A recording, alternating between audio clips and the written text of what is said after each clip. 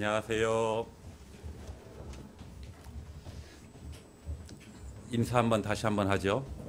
예, 평상시 가장 듣고 싶은 이야기가 뭡니까? 하고 듣고 싶은 이야기 없으세요? 예, 가장 듣고 싶은 이야기를 옆에 계신 우리 형제 자매님들에게 내가 듣고 싶은 이야기를 하시면서 인사해 보겠습니다. 자, 인사해 보시죠. 사랑합니다. 예, 감사합니다. 기도하고 있습니다. 힘내라고 하는 그런 이야기들. 예, 갑자기 표정이 밝아지신 것 같아요. 예, 어떤 이야기를 많이 했습니까? 사랑한다? 그렇죠. 사랑한다라고 하는 이야기를 가장 많이 듣고 싶은 이야기 모양입니다. 그런데 참 말하는데 돈 들어가는 건 또 아닌데 너무 좀 인색해 하지 않나 그런 또 생각도 좀 해봅니다. 더 많이 사랑을 표현하고 좀 살았으면 좋겠습니다. 같이 기도하고 시작하겠습니다. 거룩하시고 자비로우신 하나님 아버지, 영원한 멸망 가운데에서 예수 그리스도 십자가의 보혈로 구원해 주시고 천국의 소망을 허락해 주신 하나님의 은혜 진정으로 감사드립니다. 오늘 주님의 피로 구원함을 얻은 저희들 같이 모여서 하나님의 은혜를 찬양하고 하나님의 말씀을 통해서 교훈을 받고 교제를 통해서 서로의 발을 씻길 수 있는 귀한 시간을 허락해 주신 하나님의 은혜 감사드립니다. 우리에게 베풀어 주신 그 사랑이 무엇인지를 알고 온전히 하나님의 사랑 가운데 그리고 하나님의 은혜를 보답하는 삶을 살아갈 수 있도록 도와주옵소서. 특별히 지금 이 시간 공주 갈릴리 수양관에서 추계 수양회가 진행되고 있습니다. 또 특별히 지금 이 시간은 하나님의 은혜의 복음이 증거되고 있습니다. 말씀을 듣는 모든 영혼들 한 영혼도 하나님 앞에 이루어지지 않고 다 구원함을 얻을 수 있도록 각 사람의 마음을 온전히 하나님의 말씀으로 붙잡아 주셔서 하나님의 사랑이 각 사람의 마음속에 심겨질 수 있기를 간절히 기도합니다. 또 이 위에서 수고해 주시는 모든 형제자매들 또 앞서서 말씀을 증거하시는 전도인들에게도 더 큰 하나님의 지혜와 은혜와 능력이 있기를 간절히 기도합니다. 또 멀리 해외에서 선교하고 계시는 선교사님과 그의 가정들 주님이 기억해 주시고 그곳에서 담대하게 하나님의 사랑을 증거할 수 있도록 도와주옵소서. 오늘 주일 집회로 같이 모였습니다. 나누는 모든 교제 주님이 함께해 주시고 참석지 못한 형제 자매들이 있으면 어느 곳에 있을지라도 항상 이 교제 사모할 수 있는 마음 허락하여 주시옵소서. 교제 한 시간 주님의 거룩한 손에 부탁드립니다. 우리를 사랑하시고 우리를 구원해 주신 예수님 이름으로 기도드립니다. 아멘. 구약성경 여호수아 2장을 보시겠습니다. 구약성경 321페이지 여호수아 2장 여호수아 2장 1절부터요.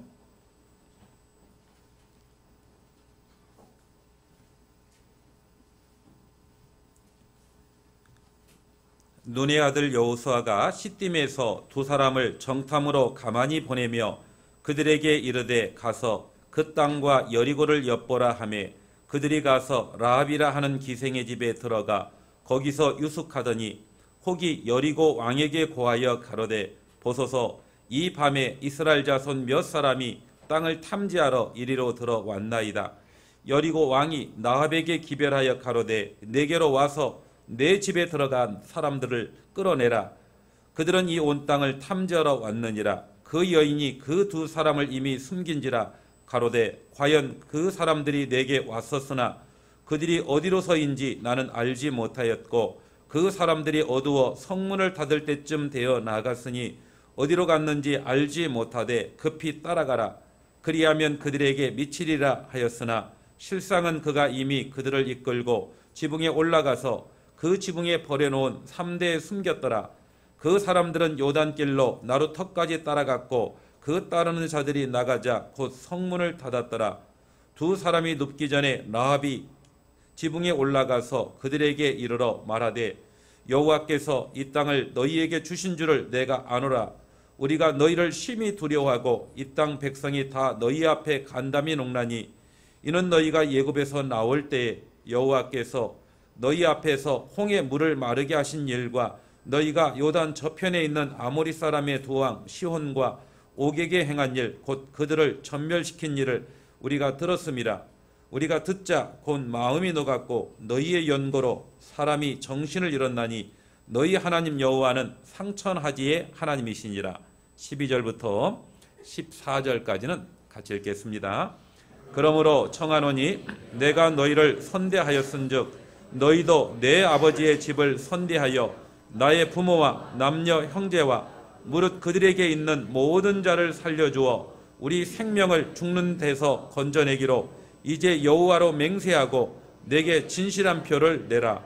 두 사람이 그에게 이르되 내가 우리의 이 일을 누설치 아니하면 우리의 생명으로 너희를 대신이라도 할 것이요 여호와께서 우리에게 이 땅을 주실 때에는 인자하고 진실하게 너를 대우하리라. 제가 동대문 교회는 꽤 오랜만에 온 것 같습니다. 제가 언제인지 잘 기억이 안 나는데요.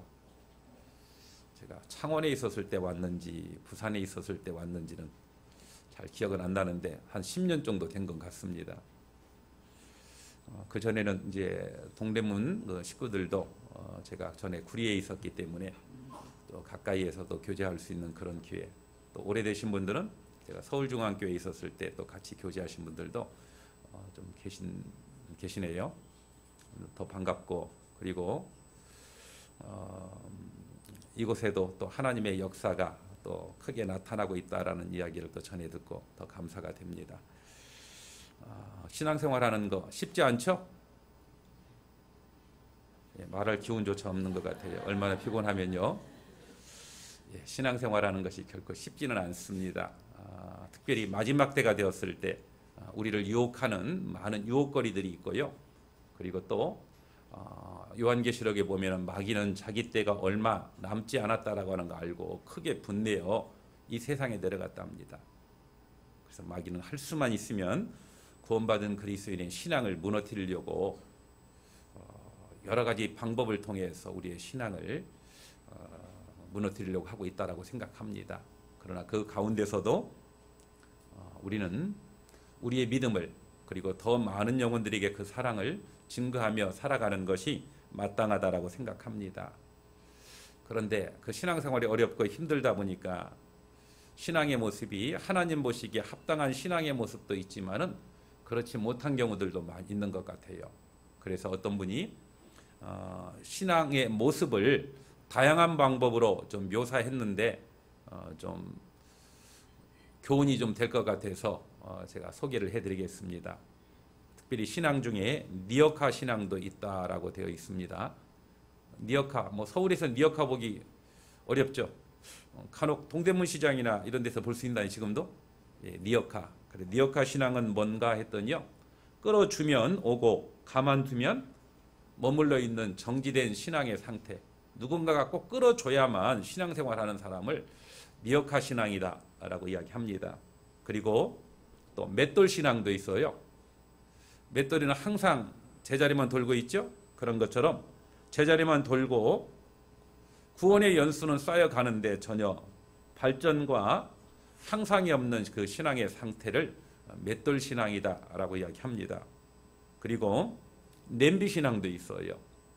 냄비 신앙은 뭔가 했더니요, 불 위에 있을 때는 금방 끓지만은 내려만 놓으면은 곧바로 식어버리는 신앙, 이런 신앙을 냄비 신앙이라고 합니다. 그리고 또 넉비공 신앙도 있어요. 넉비공의 모양은 어떻게 생겼습니까? 타원형으로 생겼죠. 그런 것처럼 언제 어디로 튈지 모르는 신앙. 그래서 어떤 사람 보면은 참 불안해요. 그렇죠? 어디로 튈지 모르는 신앙이 넉비공 신앙이랍니다. 또 당나귀 신앙도 있어요.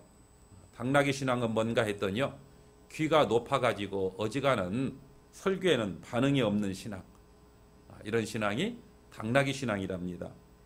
또 안진뱅이 신앙도 있어요. 안진뱅이 신앙은 뭔가 했더니요, 말만 하고 행함이 없는 신앙이 안진뱅이 신앙이랍니다. 또 고슴도치 신앙도 있습니다. 고슴도치 신앙은 자기만 알고 남을 해치는 가시돋친 신앙을 고슴도치 신앙이라고 합니다. 또 오토바이 신앙도 있어요. 여기 큰 대로가 있기 때문에 오토바이 지나가면 어떻습니까? 시끄럽죠. 그런 것처럼 떠들기만 하고 실속이 없는 신앙이 오토바이 신앙이랍니다. 또 염소 신앙도 있어요. 전도 집회 때 가끔 듣네요. 고집이 세죠. 그리고 뿔이 있잖아요. 그래서 자기 고집대로 안 되면 아무나 들이받는 안하무인격인 신앙, 그런 신앙이 염소 신앙이랍니다. 그리고 소금가마니 신앙도 있어요. 소금가마니 신앙은 뭔가 했더니요, 비가 오면 녹을까 봐 못 나오는 신앙. 그래서 비 오면 비가, 추우면 추워서, 뜨거우면 뜨거워서, 이래서 저래서 이유를 대면서 제대로 신앙생활 안 하는 신앙이 소금가마니 신앙이랍니다. 그 다음에 산타클로스 신앙도 있어요. 산타클로스는 언제 옵니까? 크리스마스 이브 때 온다라고 하잖아요. 그렇죠? 그런 것처럼 산타클로스 신앙은 특별한 날에만 나오는 신앙. 그래서 어떤 날에만 나오는 사람, 가끔은 전도 집회만 나오는 사람, 어떤 사람은 또 어떤 행사가 있었을 때 나오는 뭐 이런 분들도 있잖아요. 그렇죠? 이런 신앙이 산타클로스 신앙이랍니다. 반대로 오뚜기 신앙도 있어요. 오뚜기 신앙은 뭘까 했더니요, 넘어지지만 곧바로 일어서는 신앙. 이런 신앙이 오뚜기 신앙이고, 또 불도저 신앙도 있습니다. 불도저 신앙은 옳다라고 하는 것이 분명하면 어떤 장애물이 있을지라도 끝까지 밀고 나가는 신앙. 이런 신앙이 불도저 신앙입니다. 그 다음에 상록수 신앙도 있어요. 항상 푸르르고 열매 맺는 신앙, 이런 신앙을 상록수 신앙이다라고 이야기합니다. 내 신앙은 어떤 것 같습니까? 혹시 안진뱅이는, 그 다음에 맷돌은, 니역하는 아닌가 한번 생각해 봐야 되겠죠? 말만 하고 행함이 없는 안진뱅이 신앙은 아닌지, 그리고 소금가마니 신앙은 아닌지, 이런 신앙은 하나님 앞에 합당한 신앙이 아닙니다. 다음 주 암송할 내용이 에베소서 5장에 있는 말씀 중에 주께 기쁘시게 할 것이 무엇인가 시험하여 보라라고 되어 있죠. 무엇을 하나님이 기뻐하시는지를 생각해보고, 그리고 어떤 어려움이 있을지라도 우리의 신앙은 불도저와 같이, 그리고 비록 어떤 유혹이나 시험 때문에 넘어질지라도 곧바로 일어서는 오뚜기와 같이, 그리고 우리 삶 속에서 늘 푸르르고 열매 맺는 그런 상록수와 같은 신앙이 하나님 보시기에, 그리고 하나님께 기쁨을 주는 신앙이다라고 말할 수 있을 것 같습니다. 오늘 특별히 어떤 말씀을 할까라고 생각하다가 성경에 믿음의 여인들에 대한 내용들이 나오잖아요. 그렇죠? 믿음의 여인 하면 누가 생각이 납니까?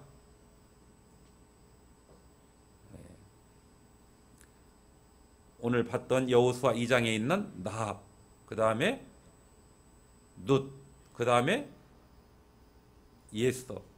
뭐 알고 있는데 왜 물어보는가라고 이야기하는 것 같습니다. 기타 예수님의 육신의 모친인 그 마리아와, 그 다음에 예수님의 발에 향유를 부었던 또 다른 마리아, 이런 믿음의 여인들, 참 그 여인들은 결코 하나님을 올바르게 섬길 수 있는 그런 상황은 아니었지만은, 그러나 하나님을 바르고 올바르게 섬겼던 그런 여인들이었습니다. 그래서 오늘 여호수아 2장에 나타난 이 라합이라고 하는 여자와 반대로, 이 본문이 여호수아잖아요. 이 여호수아라고 하는 사람과, 그리고 본문 속에 여호수아라고 하는 성경의 본문 속에 있는 이 나합, 이 두 사람을 대조해 보면서 믿음을 따라 살아가는 것이 무엇이고 어떤 신앙이 하나님 앞에 합당한 그 신앙생활인지, 그리고 그 믿음을 가진 사람은 그의 믿음을 삶 가운데 어떻게 나타내고 살아야 될지를 같이 생각해 보겠습니다. 그래서 오늘 말씀의 제목은 믿음의 표현이다 라고 하는 그런 제목을 가지고 말씀을 드리고자 합니다. 야고보서에 보면 너희가 믿음이 있느냐? 믿음이 있다라고 하면 그 믿음이 어떤지를 행함을 통해서 나타내 보라라고 이야기하고 있잖아요. 그러면서 말하기를 행함이 없는 믿음은 어떤 믿음이라고 되어 있습니까? 죽은 믿음이다. 그러면서 그 야고보서 2장에 행함이 있는 믿음, 진실한 믿음을 소개할 때 아브라함과 여호수아 2장에 나타난 이 두 사람을 통해서 그들의 믿음이 진실하다라고 하는 것을 행함을 통해서 보여줬다라고 하는 그 신뢰로 아브라함과 이 나합을 등장을 시키고 있습니다. 그래서 우리의 믿음은 과연 어떤 믿음인지, 그리고 우리의 믿음은 실제 삶 가운데 어떻게 나타내 보이는지 한번 생각해 보겠습니다. 특별히 이 여호수아, 이 라합이라고 하는 이 두 사람을 제가 등장을 시킨 이유는 너무 대조적이기 때문에 등장을 시켰습니다. 어떤 대조가 있는지 한번 생각해 보죠. 먼저는 여호수아와 라합은 성이 다릅니다. 맞죠? 왜 웃으셔요? 성이 다르다라고 하니까 어떤 분들은 여호수아는 여시고 라합은 나시 모양이다. 뭐 그 성 생각하는 사람 없었겠죠? 예, 한국 사람 아닙니다. 여호수아, 라합 성이 다르다라고 하는 것은 여호수아는 남성이고 라합은 여성이다라는 뜻입니다. 뭐 요즘은 남자보다도 여자가 큰 소리를 더 치는 시대, 그렇죠? 그리고 요즘은 대부분 남자보다는 여자들이 더 공부를 더 잘하더라고요. 저희 학교 다녔을 때는 남자들이 공부를 훨씬 더 잘했거든요. 그런데 요즘은 반대가 되는 경우가 많이 있는 것 같습니다. 그래서 저희 아이가, 이제 큰 아이가 고등학교 진학할 때 어디로 갈까? 이왕이면 남녀공학으로 갔으면 좋겠다라고 이야기하더라고요. 왜 그런가 했더니 대학 가는데 내신이 중요하잖아요. 남학생들이 먼저 밑에 깔아준답니다. 그리고 여학생들이 이제 이쪽을 좀 차지하는 경우가 많이 있어서, 그래서 이왕이면은 남녀공학에 갔으면 좋겠다. 반대로 남자애는 남녀공학 말고 남자 학교로 갔으면 좋겠다라고 그렇게 바랬는데 다행히 그렇게 갔습니다. 참 요즘은 점점 남학생보다, 남자보다 여자들이 뛰어난 능력을 발휘하는 경우가 참 많이 있어요. 그런데 과거에는 여자들에 대해서, 특별히 우리 연세 드신 이제 어르신들, 여기 연세 드신 어르신들은 거의 없네요. 어디가 계셔요? 예, 지금 수양관에 가 계시죠? 예, 연세 드신 어르신들 중에 특별히 우리 할머님들은 과거에는 배울 수 있는 기회가 참 없었어요. 그래서 배우지 못했기 때문에 글을 모르는 경우들이 참 많이 있어요. 저희 부모님도 못 배우셨거든요. 다행히 이제 글은 아십니다. 글은 아시니까 얼마나 감사해요. 그런데 어찌됐건 그래서 연세 드신 어르신들은 특별히 이제 글을 모르는 거에 대해서 참 부끄럽게 많이 좀 생각하고, 특별히 딸들한테는 뭐라고 합니까? 야, 여자가 배우면 뭐 하냐? 여자가 배우고 하면 너무 똑똑하면 대가 세서 안 된다라고 해가지고 제대로 못 배운 경우들도 참 많이 있습니다. 과거에는 여자분들이 좀 무시를 좀 많이 당했어요. 저희 집도 좀 그랬던 것 같습니다. 저희 집은, 저희 아버님은 고향이 경상도시입니다. 저희 어머니는 고향이 전라도시고, 그래서 두 분은 영혼합의 화합을 위해서 만나셨는데요. 예, 그런데 좀 경상도 분들은 특별히 뭐 경상도뿐만 아니라 그때는 뭐 전라도 분들도 마찬가지였는데 좀 여자분들을 좀 무시하는 경우가 좀 많이 있었어요. 저희 집은, 저 같은 경우는 위로 누나가 둘이고 밑으로 여동생이 둘입니다. 그 가운데 남자였으니까 얼마나 귀하게 컸겠어요. 그렇죠? 그런데 저희 집에 지금은 돌아가셨지만 저희 할머님이 같이 좀 사셨는데요. 저희 할머님이 위로 누나들 둘, 밑으로 여동생 둘을 보면서 자주 이런 이야기를 했어요. 쟤들을 언제 치울까라고 하더라고요.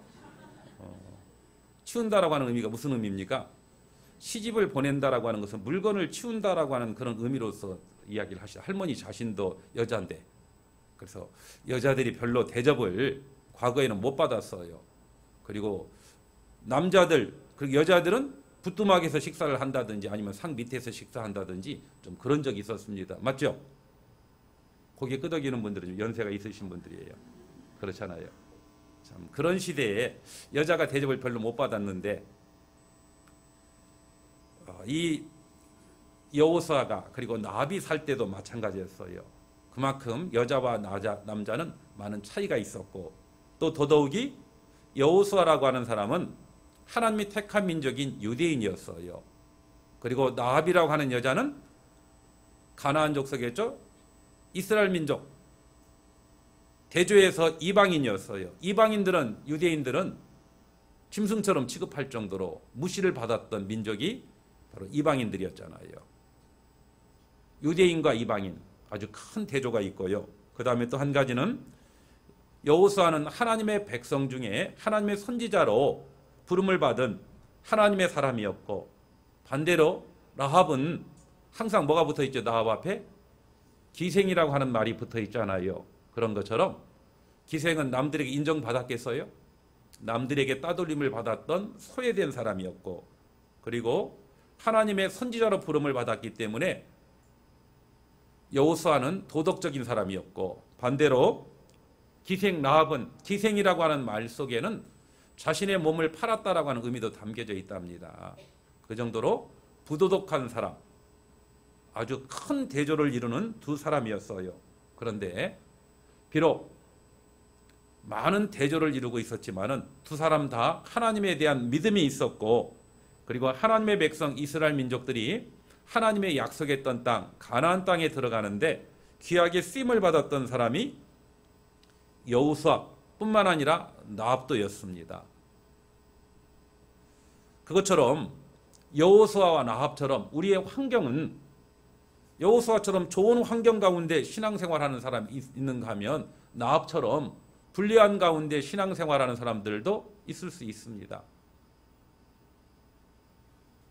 좋은 환경이 꼭 좋은 신앙을 보장해 주진 않아요. 그렇잖아요? 가끔 우리는 그런 기도하죠. 하나님, 이런 문제만, 경제적인 문제 아니면 어떤 사람과의 갈등, 이런 문제만 해결이 되면은 신앙생활 잘하겠습니다. 잘할 것 같습니다. 그런데 막상 경제적인 부분이, 어떤 분은 건강이 안 좋아가지고 그 건강만 나아지면은 신앙생활을 잘할 것처럼 생각했는데 막상 건강이 주어지니까 신앙생활 잘 됩니까? 그렇지 않은 경우들도 얼마든지 있어요. 어떤 분이 어떤 목사님에게 가가지고 목사님 기도가 안 됩니다 라고 이야기하더랍니다. 간절히 진짜 진실하게 기도할 수 있는 그런 능력을 좀 주십시오라고 그렇게 부탁을 했대요. 그래요? 그러면 제가 성도님을 위해서 기도하겠습니다. 진실하게 기도할 수 있는 기도가 나오도록. 그런데 이렇게 기도하답니다. 이 자매님에게 이런 육신의 고통을 주시고 경제적인 어려움을 주시고 하면서 온갖 어려운 일들은 다 임하게 해달라고 하나님께 기도하는 모습을 들었어요. 그 이야기를 듣던 그 성도님이 깜짝 놀라가지고 목사님 잠깐만요. 제가 진실한 기도가 나오게 해달라고 했지 제가 경제적으로 어렵고 건강 해치고 이런 거 부탁한 거 아니잖아요. 그랬더니 어려우면 아프면 힘들면 진실하게 무릎을 꿇을 수 있습니다 라고 하더랍니다. 기도가 잘 안 됩니까? 살만해요. 그렇죠? 살만하니까 기도가 안 된다라고 볼 수 있습니다. 살만하다 보니까 오히려 더 좋은 것들, 더 편안한 것들, 그거 찾다 보니까 기도가 안 될 수가 있는 겁니다. 중요한 건 환경이 어떻든지, 라합이라고 하는 여자는 모든 환경은 최악이었지만은 그는 누구보다도 온전한 믿음, 올바른 믿음을 가졌던 믿음의 사람이었습니다. 그래서 여호수아와 라합 두 대조적인 사람을 통해서 그들의 믿음이 그들의 삶 속에 어떻게 나타났는지를 같이 생각해 보겠습니다. 먼저 여호수아의 믿음이 어떻게 나타났는지 생각해 보죠. 여호수아 1장입니다.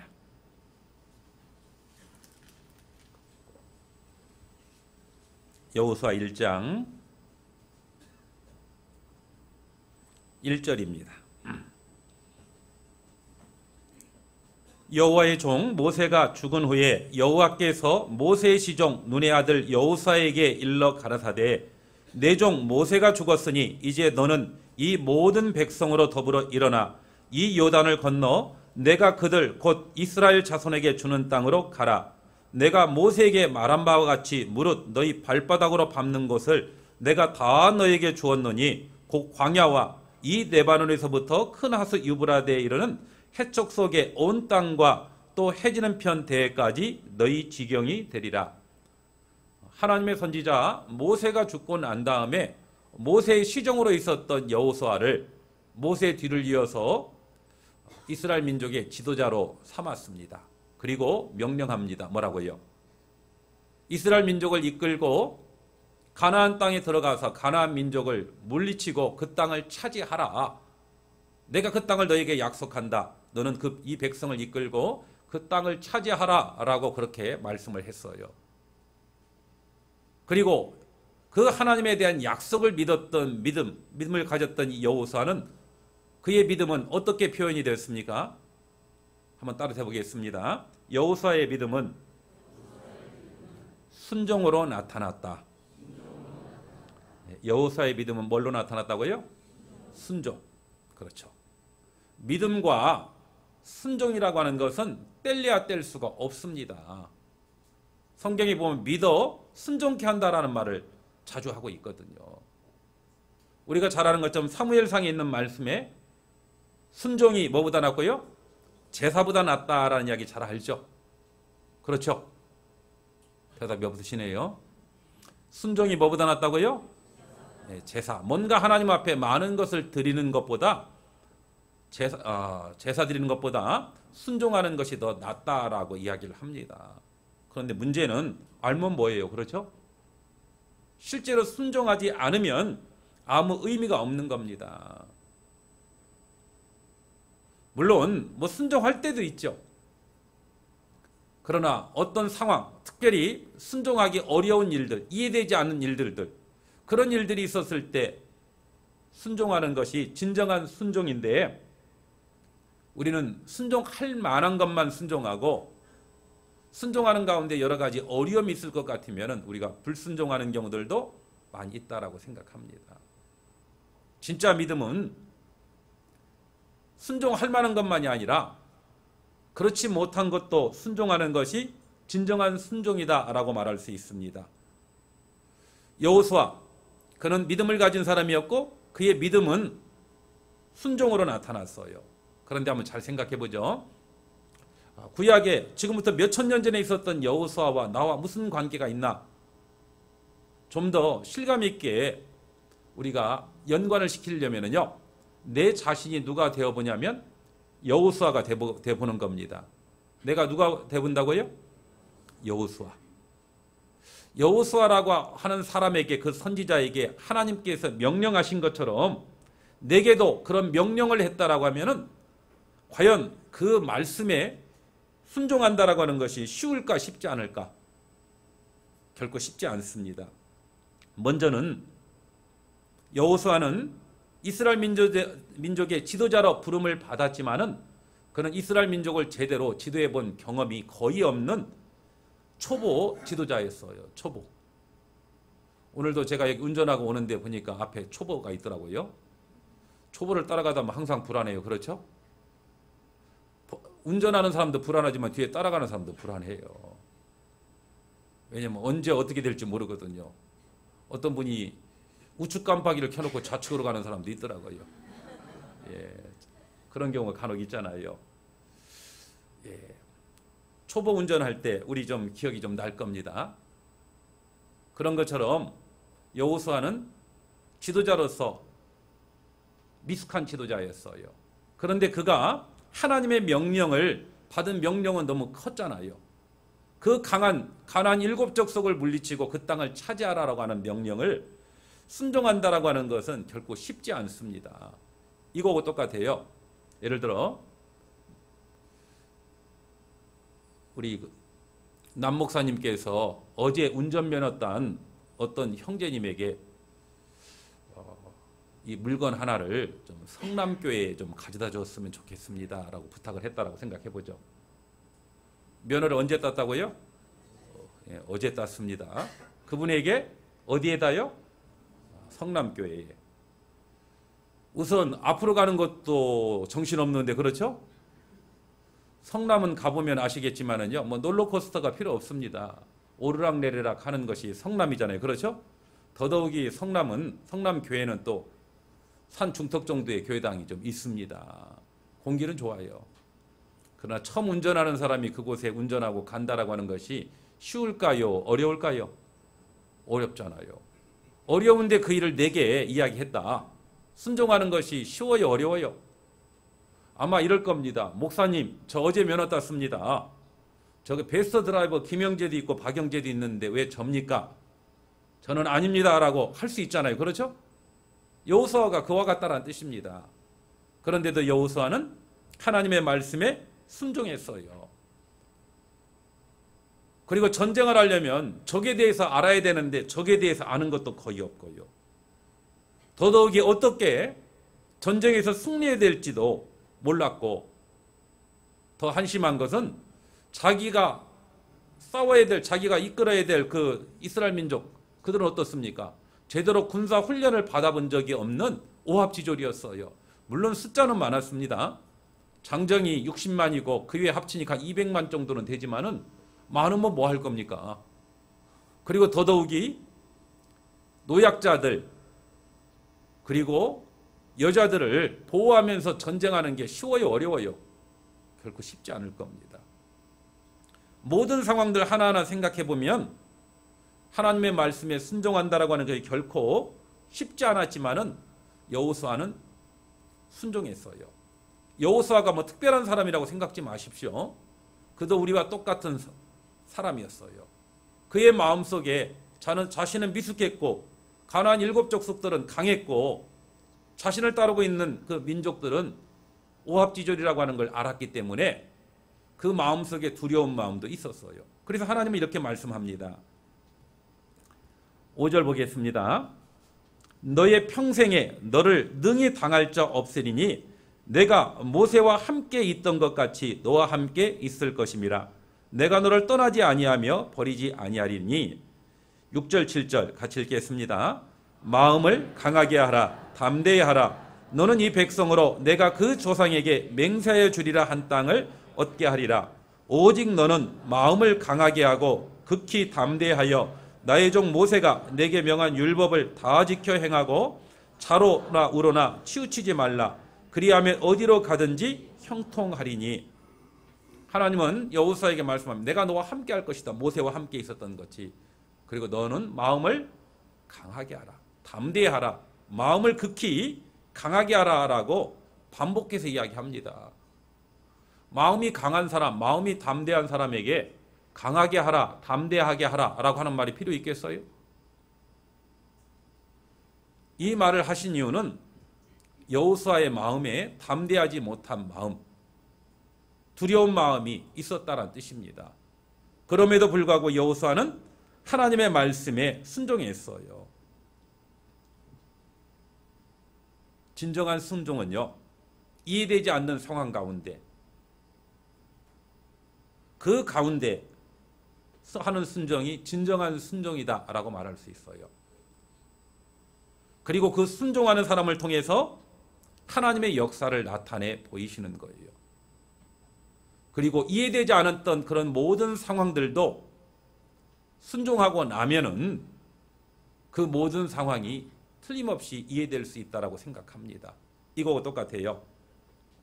하나님께서 처음 새를 창조했었을 때는요, 새들에게는 날개가 없었답니다. 그런데 우리가 잘 보면 새의 몸이 어떻게 생겼습니까? 몸은 크고 다리는 가늘잖아요. 맞죠? 그래서 다리 가는 사람을 두고 뭐라고 합니까? 새다리 같다라고 얘기하잖아요. 그렇죠? 몸은 크고 다리는 가늘어요. 그런데 새들은 좀 약하잖아요. 그래서 항상 강한 짐승들에게 쫓겨를 다니는데요. 몸은 크지 다리는 가늘지, 그 가는 다리 가지고 큰 몸 이끌고 도망 다니다 보니까 얼마나 힘이 들었겠어요. 그래서 하나님께 기도했답니다. 뭐라고요? 하나님, 강한 짐승으로부터 저희 자신들을 지킬 수 있는 능력을 주십시오. 능력을. 기도했더니 하나님이 응답해 주셨어요.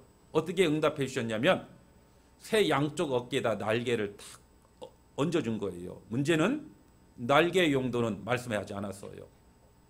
새들이 하나님께 강한 짐승으로부터 자기 자신을 보호할 수 있는 능력을 달라라고 기도했더니 뭘 줬다고요? 양쪽 어깨에다가 짐을 한 짐도 아니고 두 짐이나 얹어줬으니까 내가 새라고 하면 어떤 마음 들까요? 마음이 좀 불편했겠죠. 마음은 좀 불편했지만 새들이 받아들였대요. 뭔가 이해는 하지만 하나님께서 뜻하신 바가 있어서 줬겠지. 그러나 마음은 불편했기 때문에 입은 이만큼 나왔답니다. 예, 그때부터 새 입이 나온 겁니다. 그렇죠? 그래요. 입은 나왔지만은 그러나 하나님의 말씀했기 때문에 주셨기 때문에 받아들였대요. 받아들이다 보니까 좋은 점도 좀 있는 겁니다. 어떤 좋은 점이요? 외나무 다리 같은 데 건너갈 때 보면은요, 몸을 끌고 그 가는 다리 가지고 건너다 보면은 균형 잡기가 어렵잖아요. 뒤뚱뒤뚱거리고. 그런데 날개가 있으니까 어때요? 날개를 펼치면 균형을 잡기가 아주 좋습니다. 아, 참 이런 좋은 점도 있구나. 그리고 한날은 이제 새들끼리 모여가지고 교제를 했답니다. 어디서 교제했을까요? 가까운 서울숲이 가까운가요? 예, 한참 교제를 하고 있는데 너무너무 교제가 좋다 보니까 옆에 강한 짐승이 가까이 오는지를 좀 몰랐어요. 다 와서야 발견했습니다. 얼마나 놀랬겠어요. 그렇죠? 뭐 그 가는 다리 가지고 짧은 다리 가지고 큰 몸 이끌고 막 도망을 갑니다. 얼마나 급한지요. 거의 붙잡힐 뻔했어요. 너무너무 급하다 보니까 날개를 퍼덕였답니다. 어떻게 되었을까요? 하늘을 날게 된 거예요. 그때 깨달아 알았답니다. 아, 하나님이 내게 주신 것은 짐이 아니라 하늘을 날 수 있는 도구였구나. 그때 깨달아 알았답니다. 그렇죠. 우리 삶 가운데 이해할 수 없는 상황 가운데서도 하나님의 말씀에 순종하면 틀림없이 하나님은 그때 깨달아 알게 해주시는 일들이 많이 있어요. 중요한 건 순종하는 게 중요합니다. 이해되지 않는 상황 가운데서 순종하면은 틀림없이 하나님께서 하나님의 능력을, 하나님의 역사를 보여주셔요. 요단강을 건넜을 때도 마찬가지였잖아요. 이스라엘 민족들에게 뭐라고 했습니까? 요단강에 발을 내디뎌라. 그럼 요단강 물이 멈출 것이다. 순종하니까 어떻게 했습니까? 아니 멈춰주세요. 그러면 건너겠습니다. 라고 할 수도 있잖아요. 그렇죠? 그런데 하나님은 뭐라고 말씀하냐면 아니다. 먼저 내디뎌라. 들어가라. 그럼 멈출 것이다. 순종하니까 어떻게 했습니까? 멈춰졌잖아요. 나아만에게도 마찬가지였습니다. 나아만에게 뭐라고 말씀했습니까? 엘리사 선지자가 요단강에 들어가서 몸을 7번 씻으라. 그리하면 문둥병이 나아질 것이다 라고 했잖아요. 그 이야기를 듣고 나아만의 반응은 어떻게 했어요? 열받았죠? 야, 내가 아람의 군대 장관인데 내가 어떤 사람인데 뭐 요단강에 들어가서 뭐 몸 7번 씻으라고? 강은 우리 강, 요단강보다 더 좋은 더 넓고 큰 강들이 얼마든지 있는데 뭐 요단강에 들어가면 7번 들어가면 씻는다고? 쓸데없는 소리야 하면서 내 생각에는 하면서 자기 생각을 이야기합니다. 자기 생각에게는 엘리사 선지자가 와가지고 뭐 안수하고 손을 흔들고 하나님께 기도하고 그렇게 안수받으면 나을 거라고 생각했는데 전혀 아니었고 나와보지도 않고 너 요단강에 가서 7번 씻어. 그러면 나을 거야. 그래서 처음에는 불순종했죠. 그러다가 나중에 순종했어요. 순종하고 나니까 어떻게 됐습니까? 문둥병이 깨끗게 되었잖아요. 그래서 중요한 건 내가 해야 될 일은 뭡니까? 순종하는 일이 내가 해야 될 일이에요. 순종하면 틀림없이 하나님께서 하나님의 역사를 보여주십니다. 이런 말씀이 있어요. 요한복음 11장에 보면 믿으면 하나님의 영광을 보리라 라는 말씀이 있습니다. 우리는 대부분 이렇게 이야기해요. 하나님, 하나님의 역사를 보여주세요. 그러면 저희가 믿고 순종하겠습니다. 가끔 어디 신방 가다 보면은요, 신앙생활 잘 못하시는 분들 신방 가면은 되려 목사님 제가 지금 신앙생활 하게 되었습니까? 아니 왜요? 뭐 죽기라도 합니까? 라고 했더니요. 제가 경제적으로 이런 어려움이 있고 건강적으로 이런 어려움이 있고 이런 어려움이 있는데 제가 지금 신앙생활 할 수 있겠습니까? 이 문제만 해결되면 제가 신앙생활 하겠습니다. 그리고 가끔 병문안 가다 보면은 이 병만 고쳐주면 제가 그때부터 신앙생활 잘 하겠습니다. 뭐 이렇게 말하시는 분들도 꽤 계셔요. 맞죠? 못하는 이유가 여러 가지 환경적인 건강적인 이유 때문에 못한다라고 하는데 그 문제만 해결해 주면은 신앙생활 잘 하겠다라고. 하나님 뭐라고 말씀합니까? 아니다. 네가 해야 될 일은 그 가운데서도 바르게 신앙생활 해라. 그러면 하나님의 놀라운 능력을 보게 될 것이다 라고 말하는 거예요. 그분들의 말을 만약 이런 의미도 담겨져 있는 것 같아요. 꼭 하나님을 협박한다라는 의미도 담겨져 있는 것 같아요. 만약 이 병, 이 육신적인 이 질병, 경제적인 문제를 해결해 주지 않으면은 신앙생활 뭐라고요? 안 하겠다라고 하는 그런 협박도 좀 담겨져 있는 것 같습니다. 중요한 건 우리는 어떤 상황이건 믿고 순종하면 돼요. 그러면 틀림없이 하나님의 능력을, 하나님의 역사를 보게 될 겁니다. 여호수아도 마찬가지였어요. 모든 상황 하나하나는 하나님의 말씀에 순종한다라고 하는 것이 어려웠지만은 그는 하나님의 말씀에 순종했어요. 여호수아의 믿음은 뭘로 나타났다고요? 주무십니까? 여호수아의 믿음 뭘로 나타났어요? 순종으로 나타났다는 뜻입니다. 자, 제 설교를 좀 졸개하다 보니까 좀 죄송하긴 한데요. 참 깍지 한번 껴보겠습니다. 한번 쫙 한번 올려보시고, 자 오른쪽, 왼쪽, 자 또 오른쪽, 왼쪽도 하시고, 또 중간으로 와서 한번 뒤로 한번 젖혀보겠습니다. 소리가 날 때까지. 그리고 어깨를 크게 앞뒤로 좀 돌려보겠습니다.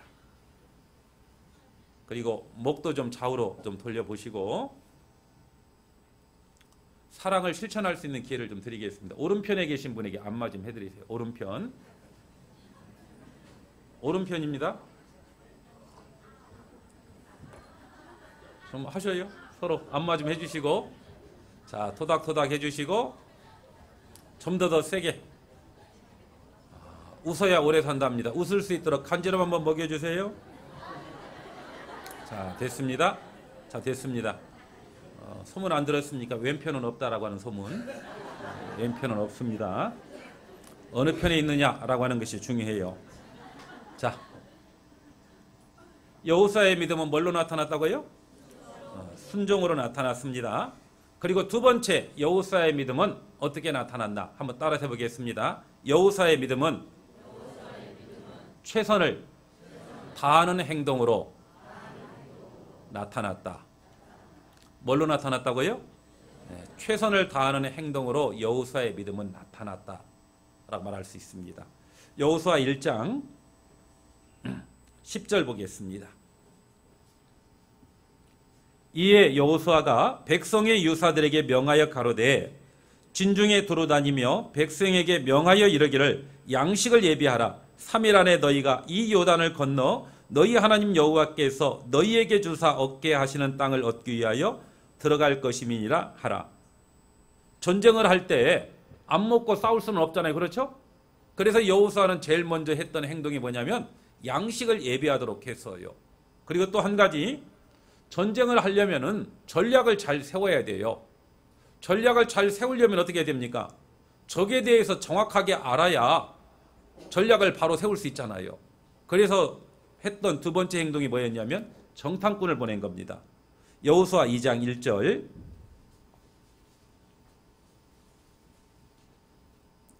눈의 아들 여호수아가 시딤에서 두 사람을 정탐으로 가만히 보내며 그들에게 이르되 가서 그 땅과 여리고를 엿보라 하며 그들이 가서 나압이라는 기생의 집에 들어가 거기서 유숙하더니 혹이 여리고 왕에게 고하여 가로되 보소서 이 밤에 이스라엘 자손 몇 사람이 땅을 탐지하러 이리로 들어왔나이다.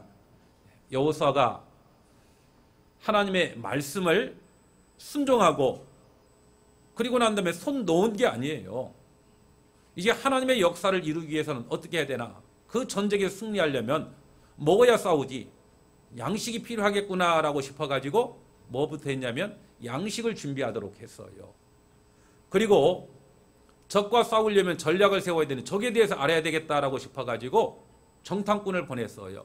물론 우리가 아는 것처럼 여호수아는 40년 전에 자기 자신이 정탐꾼이 되어서 가나안 땅에 가본 적이 있습니다. 그런데 40년 전과 40년 후 달라졌을까요? 그대로일까요? 물론 뭐 지금처럼 많은 변화가 있기는 어려웠겠지만은 그래도 40년 정도의 시간이 지났으면 많은 환경들이 틀림없이 바뀌어졌을 거예요. 제가 12년 동안 제가 경상도에 있었거든요. 제가 부산에 부산교회 6년, 창원교회 6년, 12년 동안 경상도에 있다가 이제 모처럼 다시 서울로 좀 올라왔습니다. 수도권으로. 그리고 전에 이제 사역을 했던 이제 구리교회 한번 그 주변에 한번 가보고 싶다라고 해가지고 애들이랑 차를 타고 가보니까 완전히 뭐 새로운 세상이더라고요. 물론 교회당 주변도 바뀌었지만은 새로 못 보던 많은 아파트 그리고 새로운 도로들, 그래서 저도 잘 어리둥절하더라고요. 그런데 10년 전에 있었던 경험 삼아 가지고 전략을 세우면 어떻게 될까요? 많은 문제가 있을 겁니다. 그렇죠?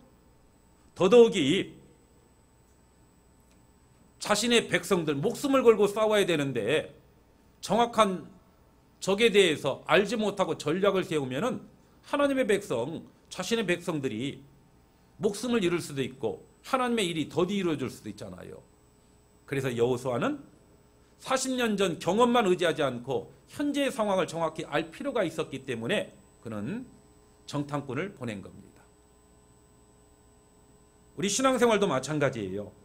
과거에 해왔던 그런 습관에 따라서만 할 게 아니라 시대의 상황, 여건들 바뀌었으면, 예를 들어 전도할 때도 전도하는 방법이 지금 상황에 맞는 어떤 그런 맞게 전도도 해야 된다고 생각합니다. 예를 들어 말씀을 전하는 전도인들도 20년 전에 전도했던 방법을 뭐 지금 물론 뭐 복음의 내용이 바뀔 수는 없겠죠.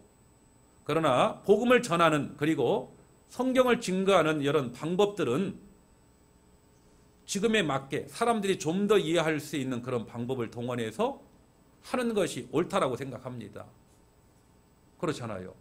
그리고 또 아이들, 초등학생들에게 전도하는 방법과 중고등학생들에게 전도하는 방법, 청년들에게 전도하는 방법, 성인들에게 그리고 은장의 어르신들에게 전도할 때도 똑같은 내용을 전하지만은 단어의 선택이나 그 다음에 애를 들고 하는 그런 것들도 거기에 맞게 전해야 될 거라고 생각합니다.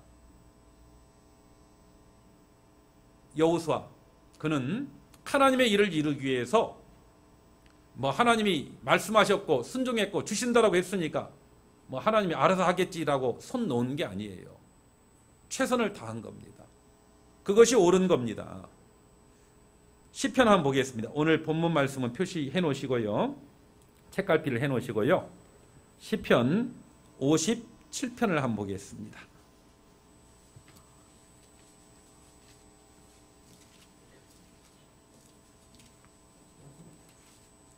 시편 57편. 이 시편 57편은 누가 기록했냐면 다윗이 기록했습니다. 그리고 이 시편 57편 앞에 작은 글씨가 있죠. 이 시편 57편을 썼던 배경이 뭐냐면 다윗이 사울을 피하여 굴에 있던 때에 이 시편 57편을 기록했대요. 다윗이 계속해서 사울에게 쫓겨다녔잖아요. 그러다 보니까 사울의 눈을 피해서 굴에 숨어 있으면서 기도했던 내용이 시편 57편입니다. 1절, 2절을 같이 읽겠습니다. 하나님이여 나를 긍휼히 여기시고 나를 긍휼히 여기소서.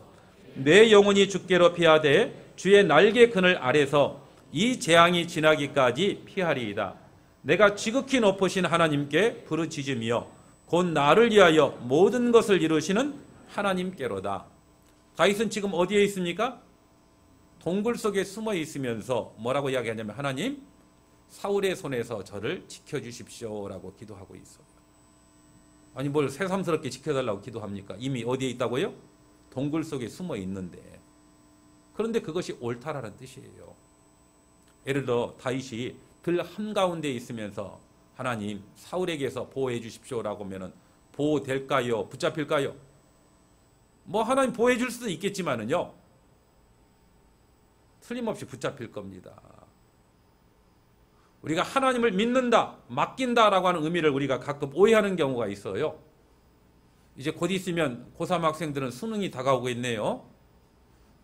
한 고3 학생이 이렇게 이야기합니다. 제가요 하나님께 다 맡겼어요. 뭘 맡겨요? 그랬더니요, 이번 수능 잘 보고 제가 원하는 이런 대학을 가게 해줄 것을 하나님께 기도했고 하나님께 다 맡겼대요. 그래놓고 수능이 다가오는데 맨날 게임이나 하고 있고 늦게 잠이나 자고 있고 그렇죠. 그러면서 틀림없이 자기가 원하는 대학 가게 해줄 거라고 자기는 믿고 맡겼대요.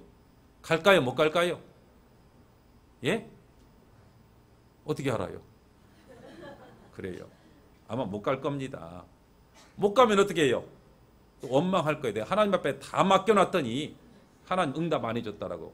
그런데 이건 맡긴다, 의지한다라는 말을 뭔가 오해한 거예요. 맡긴다, 의지한다라고 하는 것이 손을 놓는 것이 맡긴다, 의지한다가 아닙니다. 내 편에서는 최선을 다해서 학생은 뭐 해야 돼요? 공부해야 돼요. 직장인은 열심히 직장 생활을 하셔야 됩니다. 맡기는 건 뭘 맡기느냐? 결과를 맡기는 거예요.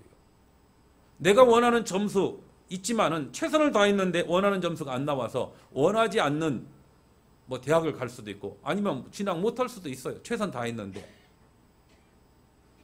결과를 맡기는 겁니다. 아, 결과를 내가 최선 다했는데 결과가 이렇게 주어졌으면 그걸 받아들이고 뭔가 하나님이 뜻하신 바가 있기 때문에 나를 이곳으로 인도하셨구나 라고 받아들이면 틀림없을 거예요. 맡긴다, 의지한다라고 하는 것이 아무 일도 안 한다라는 의미가 아니에요. 구원받은 그리스도인들은 최선을 다해서 살아야 됩니다. 가끔 사람들은 비난을 해요. 뭐라고요? 예수 믿는 것들은, 또 사람이란 말도 안 하더라고. 예수 믿는 것들은 천국 갈 세상 생각하고 이 땅에서는 대충 적당하게 살아가고 있다라고. 지가 열심히 일할 생각은 않고 뭐 기도만 하면 다 들어준다나 하면서 비난을 비웃는 경우도 봤어요. 그게 옳은 거겠습니까? 아니에요. 구원받은 그리스도인들은 이 땅에서도 최선을 다해서 살아야 됩니다. 미국이라고 하는 나라, 그들의 역사는 아주 일천합니다. 미국이 언제 독립했죠? 우리나라 독립기념일도 참 가물가물한데 그렇죠? 미국은 1776년 7월 4일 날 그때 독립했어요. 그러니까 지금부터 약 한 250년 좀 넘었네요.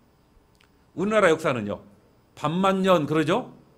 반만 년, 5천년 가까이 되었다라고 큰 소리 치는데, 그런데 우리나라 외국에 나가면 우리나라 대한민국 잘 몰라요. 뭐 삼성이나 현대나 뭐 이런 LG나 이런 기업들은 알아도 대한민국은 잘 모르더라고.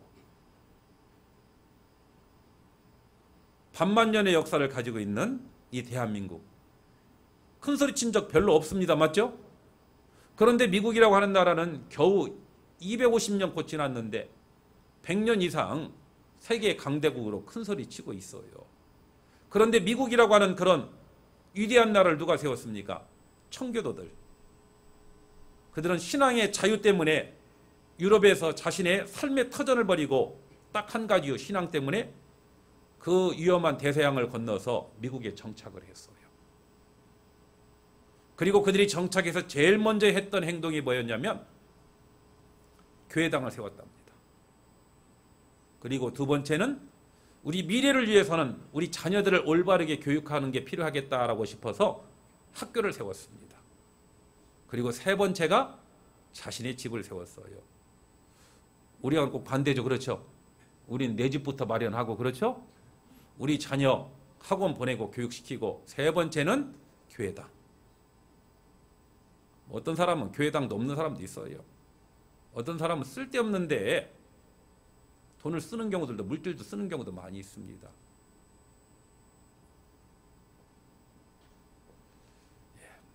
구원받은 그리스도인들, 우리의 시간을, 우리의 물질들을 하나님의 뜻과 하나님의 영광을 위해서 먼저 써야 될 거예요. 청교도들은 그렇게 했거든요. 신앙을 위해서는 말씀을 배우고 교제할 수 있는 공간이 필요하다라고 해서 교회당을 먼저 세웠습니다. 그런데 먼저 하나님의 나라와 하나님의 의를 위해서 살았던 그들에게 하나님은 그들에게 더 육신적인 풍요도 하나님이 허락해 주신 겁니다. 그들은 누구보다도 최선을 다해서 그 미국이라고 하는 땅을 개척했어요. 그래서 그 짧은 역사에도 불구하고 그 큰 나라를 이룬 겁니다. 구원을 받았다, 믿는다라고 해가지고 아무 일도 안 하는 거 합당하지 않습니다. 최선을 다해서 살아야 돼요. 어떤 신학생 하나가요, 시험이 다가오는데 전혀 공부하고 있지 않습니다. 그러면서 기도는 열심히 해요. 뭐라고요? 하나님, 이번 시험 잘 보게 해주고 좋은 점수 맞게 해달라고 열심히 기도하고 있습니다. 그 모습을 그 신학교 교수가 보고요, 여보게 뭐 기도하는 거 좋은데 공부도 하면서 기도해야 되지 않는가라고 했어요. 막무가내입니다. 공부는 안 하고 기도만 하고 있어요. 드디어 시험날 시험지를 받아 들었는데 아는 게 하나도 없어. 이름 석자는 쓰긴 썼어요. 뭐 아는 게 있어야 쓰지. 그래서 이렇게 썼답니다. 하나님은 다 아십니다라고. 맞아요, 틀려요? 하나님은 다 아십니다. 틀림없이 맞는 말이잖아요. 그래서 교수가 채점하려다가 딱 보니까 하나님은 다 아십니다라고 써놨으니까 이게 어떻게 채점을 해야 될지 고민을 했대요. 그래서 고민하다가 이렇게 채점을 했답니다. 하나님은 다 아시니까 100점, 자네는 모르니까 0점. 그렇죠? 그래요. 예. 믿는다라고 하면서 아무 일도 안 하고 살아가는 거 합당하지 않습니다. 구원받은 그리스도인들은 이 땅에서 최선을 다해서 열심히 사는 것이 마땅한 거예요. 그래서 특별히 학생들은 다 1등 하란 말은 하고 싶지 않아서 1등 했으면 다 좋겠는데요. 1등은 안 되더라도 구원받기 전보다는 틀림없이 점수는, 성적은 올라야 된다고 생각합니다. 여기 뭐 대학생들도 있을 텐데 대학생들 방학이나 이런 때 되면은 교재 어디 하자라고 하면은 뭐 예를 들어 뭐 사무엘학교 가고 뭐 그다음에 대학생 수련회 가자라고 하면은요, 뭐 아르바이트 한다고 참여 못하는 대학생들도 있더라고. 물론 어떤 경우에는 아르바이트가 필요할 수도 있겠죠. 왜냐하면 경제적으로 너무 어렵기 때문에 부모님에게 도움을 주기 위해서. 그런데 대부분 많은 학생들이 아르바이트 하는 이유가 뭡니까? 명품 사고 싶어서, 휴대폰 신형으로 바꾸고 싶어서. 합당하지 않습니다. 그리고요, 아르바이트에서 버는 것보다 열심히 공부해가지고 장학금 받으면 아르바이트 한 돈보다 훨씬 더 나올 거예요. 맞죠? 그래서 저는 우리 학생들에게 별로 아르바이트 하는 거 권장하지 않습니다. 진짜 꼭 필요한 사람은 해야 되겠죠. 더 좋은 건 신앙, 그리고 더 좋은 건 같이 하나님의 역사에 참여하는 것. 대신에 아르바이트 하는 그 시간에 열심히 공부하는 거, 그거 필요합니다. 무엇보다도 구원받은 그리스도인들은 최선을 다해서 살아야 돼요. 그런데 하나님의 말씀에 순종하고 최선을 다하는 가운데도 가끔 어려움이, 위기가 찾아올 수도 있습니다. 다윗이 뭐라고 기도했습니까? 동굴에 최선을 다해서 숨어 있으면서 기도하고 하나님께 지켜달라고 기도했는데, 우리가 아는 것처럼 사무엘상 24장에 보면은 그 숨어 있는 동굴에 누가 들어왔어요? 사울이 들어왔어요. 사울이. 위기가 왔죠? 그럴 때 어떻습니까? 사람들은 당황해 할 수 있어요. 내가 하나님의 말씀에 순종하고 최선을 다했는데 왜 이런 위기가 올까? 그런데 하나님이 순종하고 최선을 다하는 가운데 위기를 허락하신 이유가 있습니다. 그 위기를 통해서 그의 믿음이 어떠한지, 하나님의 능력이, 하나님의 역사가 어떻게 나타나는지를 보여주기 위해서 그 위기를 허락한 겁니다. 사실은요, 사울이 다윗을 쫓아다니다가 너무 피곤하고 하다 보니까 이스라엘은 햇볕이 너무 뜨겁거든요. 그런데 건조하기 때문에 그늘만 들어가면 시원해요. 그래서 좀 잠깐 낮잠 좀 자려고 그 동굴에 들어간 겁니다. 설마 다윗이 있다라는 생각은 안 했죠. 그리고 이제 사울은 밝은 곳에서 컴컴한 그 동굴로 들어가다 보니까 안에 누가 있는지 알아요, 몰라요? 모르죠. 반대로 다윗과 그의 신하들은 캄캄한 곳에서 밝은 곳에서 들어오는 사울의 얼굴을 봤을 거 아닙니까? 위기가 왔죠? 당황해 있을 겁니다. 죽었구나라고 생각하고. 그런데 조금 지나니까 어떻습니까? 위기가 뭐가 된 거예요? 기회가 된 거죠? 사울이 그곳에 낮잠을 자고 있습니다. 그때 다윗의 신하들이 뭐라고 말해요? 드디어 하나님이 원수 갚을 수 있는 기회를 줬습니다. 당장 사울의 목을 칩시다라고 했는데 다윗은 뭐라고 말하죠? 아니다. 이는 하나님의 기름 부음 받은 자다.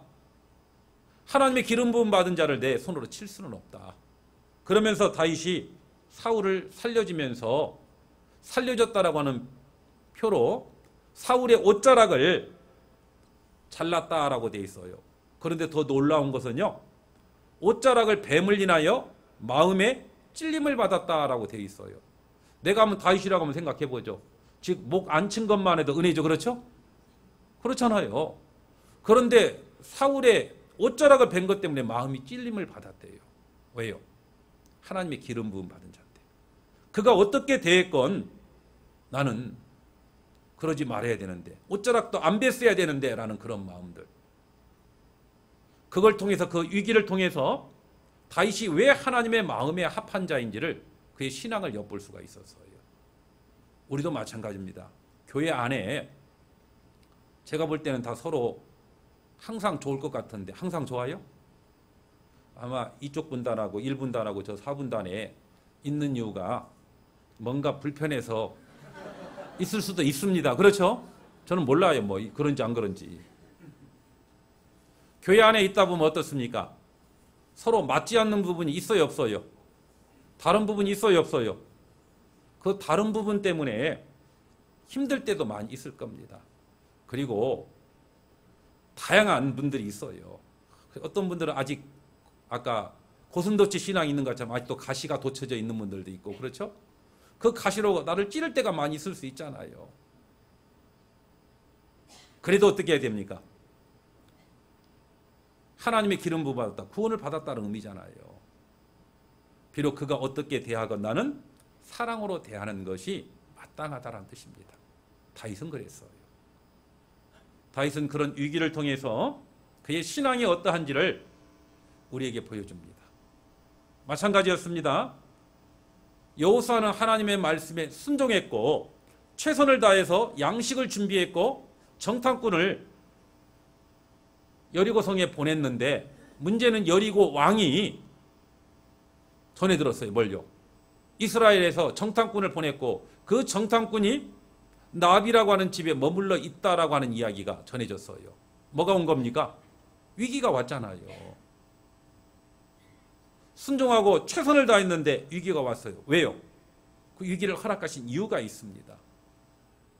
비록 여리고성에 살고 있지만은 그 여리고성에 살고 있는 나비라고 하는 여인을 하나님은 봤어요. 그의 믿음을 봤습니다. 여리고성이 무너질 때 같이 멸망하는 거 하나님 원하지 않잖아요. 그래서 그런 위기가 있어야만 그의 믿음이 나타나고 그래야만 나합을 구원할 수 있기 때문에 그런 위기를 허락한 겁니다. 여호수아 2장 보겠습니다.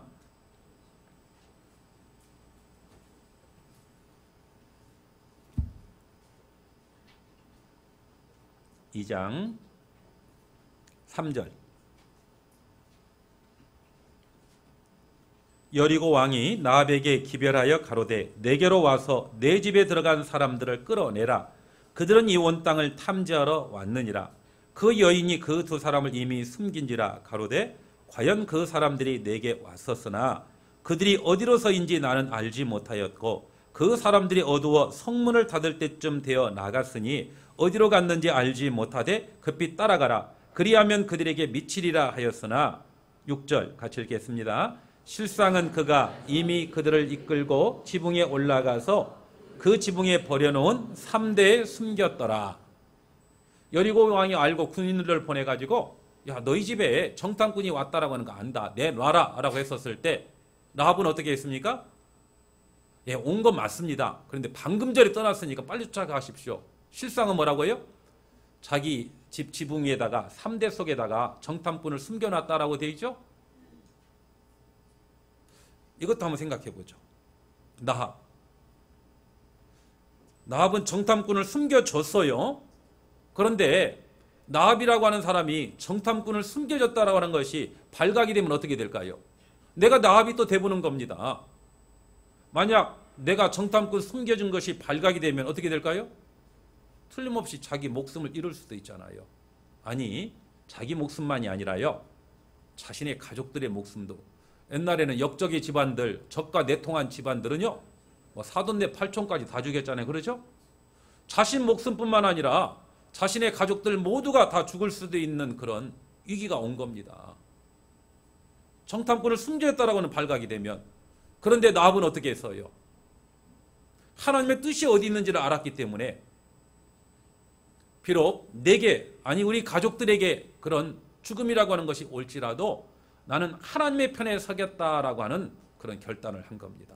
한번 따라 해보겠습니다. 나합의 믿음은 결단하는 믿음으로 나타났다. 나합의 믿음은 뭘로 나타났다고요? 결단으로. 그렇죠. 신앙은 끝없는 결단입니다. 섬길 자를 택하라라고 되어 있죠? 하나님의 편에 서든지 아니면 하나님의 편 아닌 것은 마귀의 편입니다. 양다리 없어요. 둘 다를 좋게 할 수 없습니다. 오히려 그걸 야고보서 4장에는 간음이라고 표현하고 있어요.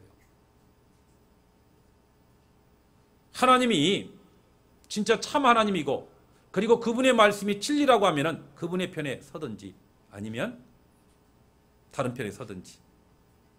엘리야는 말했죠. 이스라엘 민족들에게 너희가 어느 때까지 그 두 사이에서 머뭇머뭇하려느냐.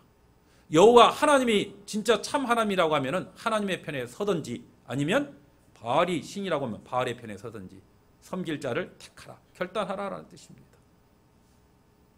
지금 이 순간에도 결단이 필요해요. 졸리죠? 졸리니까 육신이 약한지라라고 하면서 졸 수도 있고 결단할 수 있죠. 뭐라고요? 꼬집어서라도 말씀을 들어야 되겠다라고 하는 결단을 필요합니다. 작은 순간 한순간도 결단이 필요한 거예요. 신앙은 끝없는 결단입니다. 나합은 자신의 목숨뿐만 아니라 자신의 가족의 목숨을 잃을 수 있는 그런 상황이 주어졌지만은 그는 하나님의 쪽으로 결단한 겁니다. 인정도 자기 민족이니까 자기 민족 편에 설 수도 있잖아요. 그러나 더 중요한 건 뭐 가족 관계나 인정 그것보다는 하나님의 뜻을 더 중하게 생각한 겁니다. 나합은 결단했어요. 다니엘서 3장에 보면 느부갓네살 왕은 금신상을 만들어 놓고 명령을 했어요. 뭐라고요? 누구든지 금신상 앞에 절하지 않으면은 풀물불에 던져 넣는다라고. 그 명령이 너무 엄했기 때문에요. 전부 다가 금신상 앞에 어떤 신호가 올 때마다 분향을 했고 절을 했어요.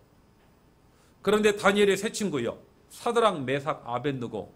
그는 하나님을 믿는 사람인데 우상 앞에 절할 수는 없잖아요. 그래서 그는 절하지 않았고 절하지 않은 것 때문에 결국은 그 사람들을 질시했던 사람이 느부갓네살 왕에게 고소해가지고 느부갓네살 왕 앞에 끌려갔어요. 그때 그들은 어떻게 했습니까? 다니엘서 3장 보겠습니다.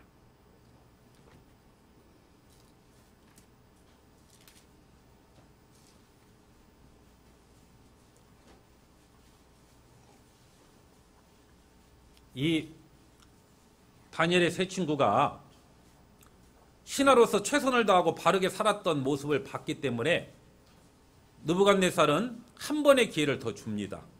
이제라도 그 금신상에 절한다라고 하면 살려주겠다. 어떤 신이 내 손에서 구원할 신이 있겠느냐. 이제라도 절하라.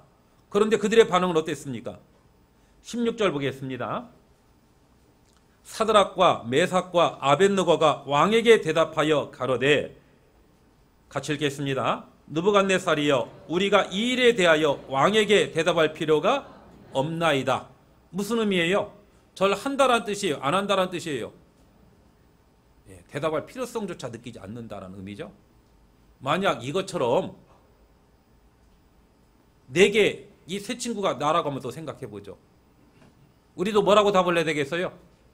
우리가 이 일에 대하여 대답할 필요가 없나이다. 그렇죠? 이렇게 대답해야 맞죠? 그런데 실제 그렇습니까? 우리는 조금만 신앙 때문에 비난을 듣고 어려움이 겪으면 금방 신앙 떠나려고 하는 사람들도 많이 있어요. 뭐 저희 교회에 대해서 안 좋은 비난하는 소리를 들으면은 어디 교회 나가요? 라고 하면은요, 차마 그냥 나가요. 뭐 이런 사람도 있고 그렇죠. 예. 누가 물어볼까 두려워가지고 직장에서는 교회 안 나가는 것처럼, 학교에서는 교회 안 다니는 것처럼, 구원 안 받은 것처럼 혹시 행동하지 않습니까? 이들은 당당했어요. 우리가 전하는 복음이 잘못되었습니까? 우리의 신앙을 잘못 살라라고 이야기하고 있습니까? 전혀 아니잖아요. 우린 당당해야 됩니다. 어떤 비난과 어떤 어려움이 있을지라도 그게 마땅한 거예요. 다니엘의 세 친구들은 말합니다. 결코 말할 필요성자도 느끼지 않을 정도로 결코 신상 앞에 절하지 않겠다라고. 그러면서 그들은 말합니다. 17절에 보면, 만일 그럴 것이면 왕이여, 우리가 섬기는 우리 하나님이 우리를 극렬히 타는 풀무 가운데에서 능히 건져내시겠고 왕의 손에서도 건져내시리이다. 우리는 하나님에 대해서 크다라고 하는 걸 인정하죠? 애들 찬송가에도 내 하나님은 크고 능히 있어 못할 일 뭐라고요? 몇 가지 있네죠? 뭐예요? 전혀 없네? 전혀 없다라고는 노래는 하는데 막상 우리 삶 가운데 어떤 어려움이 올 때 어떻습니까? 우리가 믿고 있는 하나님 못할 일이 전혀 없다라고는 노래는 했지만은, 그래서 어떤 어려움이 오면은요, 하나님께 맡겨야 되는데 안 맡기더라고. 불안한 모양의 하나님 앞에 맡기기가. 예, 하나님은 크고 능히 있습니다. 진짜 내가 믿고 있는, 실제 삶 가운데 믿고 있는 하나님은 크고 능히 있는지 생각해 봐야 되죠. 우리는 과거에 하나님께서 이스라엘 민족을 에집트로부터 건져줬던 것을 믿어요. 이스라엘 민족 가운데 역사하신 놀라운 하나님의 기적을 우리는 믿고 있고, 그리고 언젠가 주님이 다시 오시면 우리가 신령한 몸으로 변화돼서 주님을 만날 것을 우리는 믿고 있어요. 과거에 구원해 주신 하나님, 미래에 구원해 주실 하나님 믿는데, 현재 삶 가운데 역사하시고 구원해 주신 하나님을 믿고 있지 못하는 경우가 많이 있는 것 같습니다. 다니엘의 세 친구는 믿었거든요. 틀림없이 왕의 손에서 건져낼 것이다. 그리고 이들의 믿음이 더 대단한 것은 18절 같이 읽겠습니다. 그리 아니하실지라도 왕이여, 우리가 왕의 신들을 섬기지도 아니하고 왕의 새고신 금신상에게 절하지도 아니할 줄을 아옵소서. 그렇죠. 제가 설령 죽을지라도 저는 결코 신상 앞에 절하지 않겠다라고 결단했어요. 그렇죠. 신앙은 결단입니다. 다니엘의 세 친구 뿐만 아니라 라합 모두도 자신의 생명이 걸려있고 자신의 가족들의 생명이 걸려 있었지만은 그들은 하나님의 편에 섰습니다. 그 다음에 라합이 이런 목숨을 걸 정도로 하나님을 믿는 믿음을 어떻게 가지게 되었을까요? 로마서 10장에 있는 말씀이 있죠. 믿음은 어디에서 난다고요?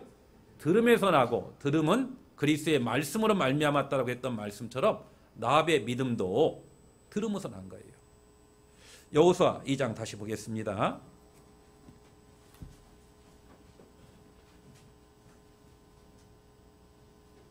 8절. 두 사람이 눕기 전에 나합이 지붕에 올라가서 그들에게 이르러 말하되 여호와께서 이 땅을 너희에게 주신 줄을 내가 아노라. 우리가 너희를 심히 두려워하고 이 땅 백성이 다 너희 앞에 간담해 놓나니 이는 너희가 예굽에서 나올 때 여호와께서 너희 앞에서 홍해 물을 마르게 하신 일과 너희가 요단 저편에 있는 아모리 사람 두 왕 시혼과 옥에게 행한 일, 곧 그들을 전멸시킨 일을 우리가 뭐라고요? 들었습니다. 우리가 듣자 곧 마음이 녹았고 너희의 연고로 사람이 정신을 잃었나니 너희 하나님 여호와는 상천하지의 하나님이시니라.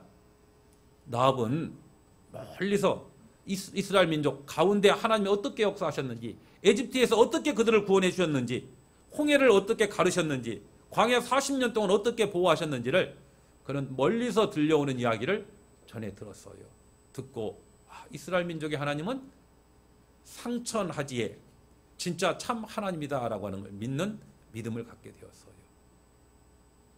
그가 가지고 있는 지식은 너무 작았어요. 그렇죠?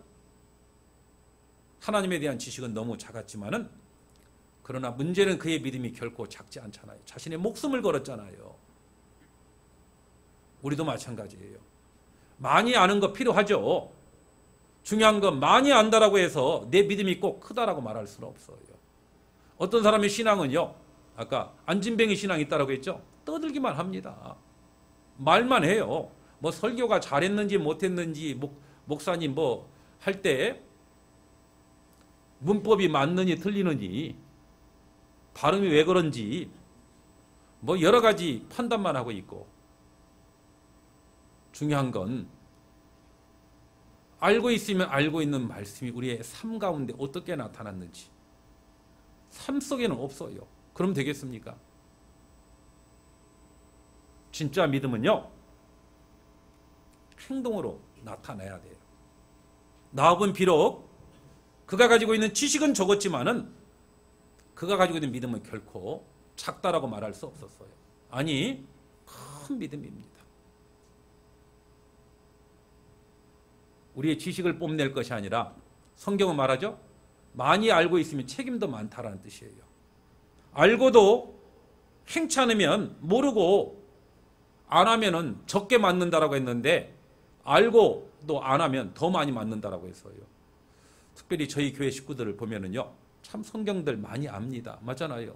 많이 아는데 실제 삶 속에서 알 만큼 신앙이 올바르게 나타나면 너무 좋겠는데 꼭 그런 것만 같진 않아요. 나합, 그의 지식은 작았지만 그는 최고의 큰 믿음을 가질 정도로, 그의 목숨을 거는 정도로 그는 큰 믿음을 가졌어요. 그의 믿음이 크다라고 하는 것은 어떻게 알 수 있습니까? 결단을 요구받았을 때 목숨을 걸고 정탐꾼을 숨겨줬던 걸 통해서 그의 믿음이 얼마나 큰지를 보여줬어요. 그리고 또 한 가지, 나합의 믿음은 어떤 믿음으로 나타났냐면, 한번 따라서 해보겠습니다. 나합의 믿음은 영혼을 사랑하는 마음으로 나타났다. 나합의 믿음은 뭘로 나타났다고요? 그렇죠. 영혼을 사랑하는 마음으로 나타났어요. 여호수아 2장 12절.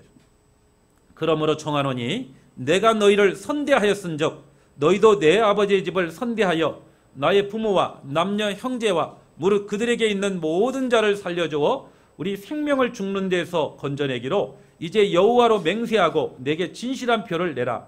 두 사람이 그에게 이르되 내가 우리의 이 일을 누설치 아니하면 우리의 생명으로 너희를 대신이라도 할 것이요 여호와께서 우리에게 이 땅을 주실 때에는 인자하고 진실하게 너를 대우하리라.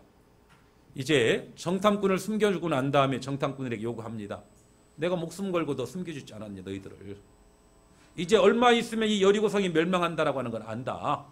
그때 목숨을 걸고 내가 너희들을 살려줬기 때문에 나와 그리고 우리의 가족들을 그때 살려달라라고 요구를 했어요. 정탐꾼은 그 이야기를 듣고 뭐라고 했으면 그렇게 하지. 우리가 살아서 돌아가고 나중에 이 여리고성을 멸망시키면은 너희 집에 있는 사람들을 살려주겠다. 그러면서 너희 집이라고 하는 표시로 정탐꾼이 붉은 줄을 통해서 창문을 통해서 성벽을 내려갔잖아요. 이 붉은 줄을 너희 창문에다 메어놔라. 그러면 너희 집인 줄 알고 너희 집안에 있는 사람들을 다 살려주겠다라고 그렇게 약속을 했어요. 덕택이 어떻게 됐습니까? 여호수아 6장 보겠습니다.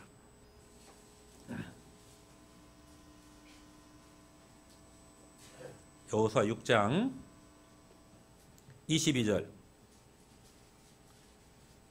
여호수아가 그 땅에 정탐한 두 사람에게 이르되 그 기생의 집에 들어가서 너희가 그 여인에게 맹세한 대로 그와 그에게 속한 모든 것을 이끌어내라 한데 하매 정탐한 소년들이 들어가서 나합과 그 부모와 그 형제와 그에게 속한 모든 것을 이끌어내고 또 그 친족도 다 이끌어내어 그들을 이스라엘 진 밖에 두고 무리가 불로 성읍과 그 가운데 있는 모든 것을 사르고 은금과 동철기구는 여호와의 집 곳간에 두었더라. 25절 같이 읽겠습니다. 여호수아가 기생 라합과 그 아비의 가족과 그에게 속한 모든 것을 살렸으므로 그가 오늘날까지 이스라엘 중에 거하였으니 이는 여호수아가 여리고를 탐지하려고 보낸 사자를 숨겼음이었더라. 결국 나합 덕택에 나합의 가족들이 살았다라는 내용입니다. 뭐 이 말씀도 나합 때문에 산모양이네 하고 생각하면 별로 은혜가 안 돼요. 또 이 말씀, 이 과정을 한번 생각해 보죠. 나합은 약속을 받아냈죠? 받아내고 난 다음에 이제 자신의 가족들을 살리려면 어떻게 해야 됩니까? 전해야 될 거 아니에요. 가족들에게 다가가서 이제 곧 있으면 여리고성이 멸망합니다. 살 수 있는 유일한 방법은 내 집에 들어야만 삽니다 라고 이야기했을 거예요. 그럼 가족들이 물어보지 않았겠어요? 왜 너희 집에만 들어가야 사냐? 그럼 뭐라고 해야 돼요? 사실은요, 제가 정탐꾼을 숨겨줬어요. 그들과 약속했어요. 그런데요, 만약 가족들 중에 누군가가, 뭐 요즘도 그런 게 있죠. 간첩을 신고하면 뭐가 주어져요? 포상이 주어지지만 숨겨주면은요, 법에 저촉이 돼서 감옥에 갈 수 있어요. 만약 가족들 중에 누군가가 돈 때문에 신고한다라고 하면 어떻게 될까요? 자신의 목숨을 잃을 수도 있죠? 그런 위험이 있다라는 뜻입니다. 그런 위험이 있으면 우리는 위험을 피하고 싶은 마음이 있잖아요. 괜히 전해가지고 나 죽을 수도 있는데, 그런데 나합은 어떻게 했어요? 전했어요. 왜요? 그 영혼을 받습니다. 내가 위험하다라고 해가지고, 내게 어떤 손해가 있다라고 해가지고 전하지 않으면 그들은 죽는데, 그래서 전한 겁니다. 그 소리는 그 영혼들 하나하나를 목숨을 걸 만큼 사랑했다라는 뜻이에요. 목숨을 걸 만큼 사랑하는 사람에게 내가 위험하다라고 해서 전하지 않을 수 있을까요? 그럴 수 없을 거예요. 우리도 우리의 가족들 사랑합니까? 목숨을 걸 만큼 사랑합니까? 사랑한다라고 하면은 전해야 돼요. 그들의 반응이 어떻든지 우리가 해야 될 일은 그 영혼들에게 하나님의 사랑을 전해야 될 거예요. 바울을 통해서 얼마나 많은 영혼들이 구원을 받았습니까? 그런데 바울을 통해서 하나님의 역사가 나타난 이유가 뭔지 아십니까? 그 영혼들을 사랑하는 마음이 있었어요. 바울은 하나님의 복음을 위하여 내가 그리스의 종되었다라고 되었어요. 스스로 종이 되었습니다. 자신의 모든 조건을 기꺼이 그는 포기했고요. 그리고 복음을 위해서 기꺼이 하나님의 고난에 동참을 했고, 그리고 그 복음을 위해서 그 영혼들만 구원받을 수 있다라고 하면은 결코 내 목숨도 아끼지 않고 주겠다라고 하는 마음이 있었어요. 그래서 사도행전 20장에 보면은 나의 달려갈 길과 주 예수께 받은 사명 곧 하나님의 은혜의 복음 증가하는 일을 마치려 하면은 나의 생명을 조금도 귀한 것을 여기지 않는다. 자신의 뭘 걸었어요? 생명을 건 겁니다. 그리고 더 놀라운 것은요, 로마서 9장에 보면 바울은 말해요. 자신이 큰 근심이 있다. 마음에 그치지 않는 고통이 있다. 내 양심이 성령 안에서 나로 더불어 증가한다. 어떤 근심, 어떤 걱정이 있었을까요? 나의 형제, 곧 고륙 친척, 하나님의 백성이 그들이 영원한 멸망으로 달려가고 있는 그 모습이 너무너무 안타까웠습니다. 그래서 바울은 말하기를요, 그들이 구원만 받을 수만 있다라고 하면은 내가 저주를 받아 그리스도에게 끊어질지라도 그들이 구원만 받을 수 있다라면 기꺼이 그렇게 하겠다. 무슨 의미입니까? 자기가 그들을 대신해서 지옥에 가서 그들을 건질 수만 있다라고 하면 그렇게 하겠다라는 의미입니다. 자신의 모든 걸, 심지어는 자기가 지옥에 갈지라도 그들만 건질 수 있다라고 하면은 기꺼이 그렇게 하겠다라고 하는 그런 마음, 그 속에는 뭐가 있습니까? 민족들을 향한 사랑이 있었기 때문에 바울을 통해서 하나님의 역사가 나타난 거예요. 요즘 전도하기 어렵죠? 진짜 어렵습니까? 어려운 이유 중에 한 가지가, 물론 사람들의 마음이 강팍해져서도 이겠지만은 내 마음이 너무 무뎌졌기 때문에, 내 마음이 세상에 너무 좋아하는 것들이 많아요. 포기하고 싶지 않은 것들이 너무 많아요. 그것 때문에 복음이 더디 전해지고 있다라고 생각지 않습니까? 진짜 그들을 사랑한다라면요, 목숨을 걸어야 될 거예요. 목숨을 걸 정도로 그런 마음을 가지고, 사랑은 사람의 마음을 움직입니다. 그런 마음을 사람들이 보면 사람들의 마음 바뀌지 않을까요? 너무 인색한 마음, 언제부터인가 자꾸 계산하고 있잖아요. 전해가지고 혹시 본전도 못 찾는 거 아니야? 언제부터 계산했습니까?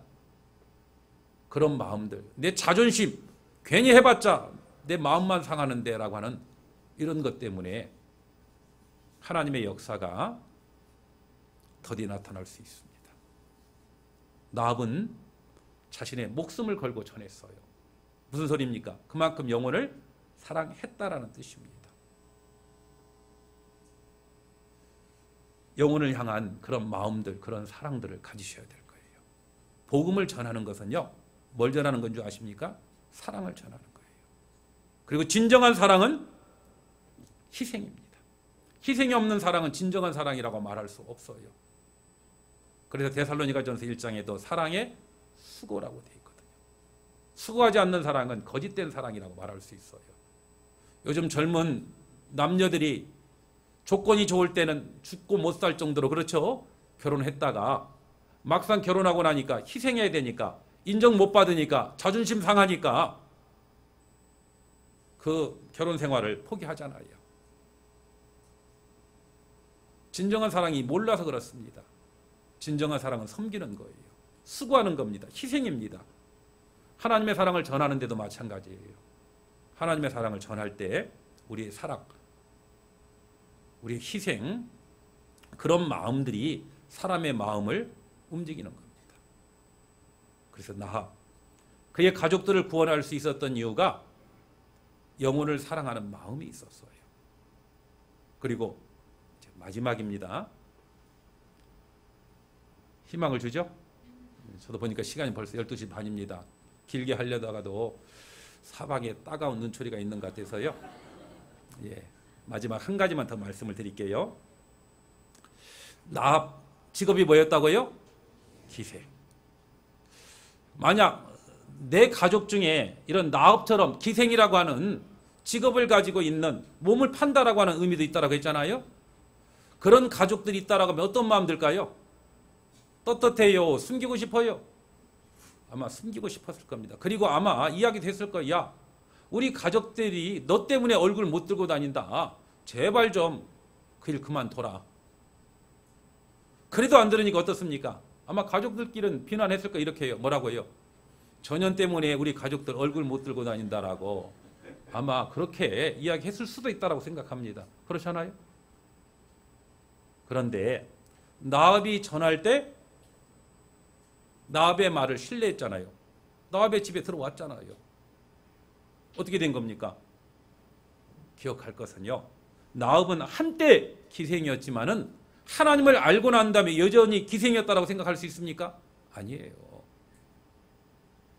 누구든지 그리스도 안에 있으면 새로운 피조물이라. 이전 것은 지나갔으니 보라, 뭐가 되었다고요? 새 것이, 새 사람이, 하나님의 사람이 된 겁니다. 하나님이 사람이 된 사람이 여전히 과거에 잘못된 그런 죄 가운데 빠지면서 살아갈 수 있다고 생각합니까? 그럴 수 없어요.